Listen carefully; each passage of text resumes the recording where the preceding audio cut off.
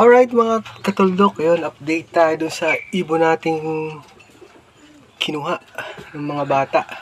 Kanina. Napagtripan ng mga bata, kinuha. Ayun, yung ibong to ay galing kay Sir Mark na. Pahiram din sa ating tropa natin. Malinaw, ibaba. So, hindi po kayo maniniwala, 2 beses na po siyang kinuha sa atin, dinukot sa kulungan. So, yun, kakukuha ko lang ngayon, fresh na fresh doon sa bata. So, hindi na natin i-mention yung name, mahalaga yung nakuha na natin. So, ito po siya, ibong to. Yan. Madilim. Yan. Ay. So, yan. Madilim talaga.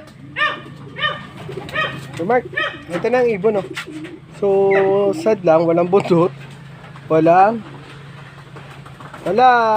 bagwis. So, we are thankful na nakuha natin, nasugsug natin.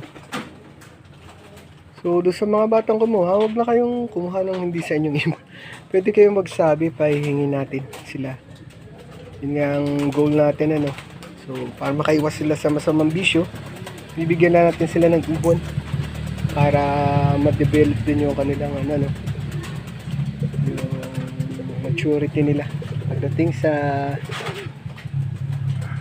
obligation, So, ito na yung ibon. So, 2 beses na po siyang kinuha sa atin. So, hindi na natin i-mention kung sino man yung mga bata, So, for privacy nila, So, sa inyo, wag nyo nang ulitin. Kasi hindi maganda.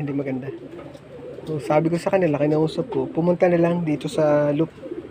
At may mga iba pa naman akong ibon na pwede kong ibigay sa kanila. So, sabi ng bata, i-breed lang daw nila. Ayos yun. Siguro na gustuhan nila yung kulay. Sir Mark, nabawi natin. Yan.